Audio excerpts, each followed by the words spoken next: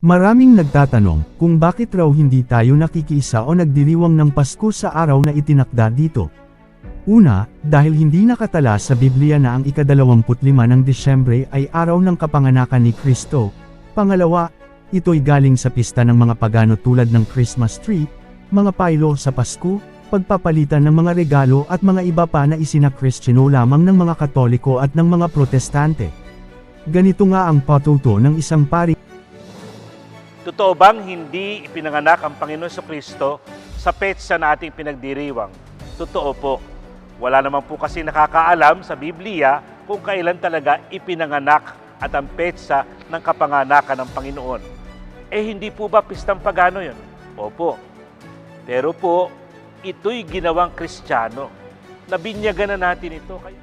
Hindi po maaaring makiisa ang Iglesia ni Kristo sa isang kapistahang galing sa mga pagano.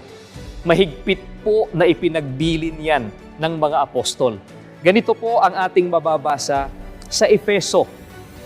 Kaya ito ang masasabi ko, sa pangalan ng Panginoon, huwag na kayong mamuhay na gaya ng mga paganong walang kabuluhan ang mga iniisip at nadirimlan ang kaisipan.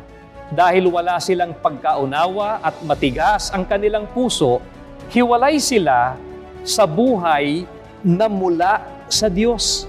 Kaya maliwanag po mga kaibigan ang pagtuturo sa atin ng mga apostol.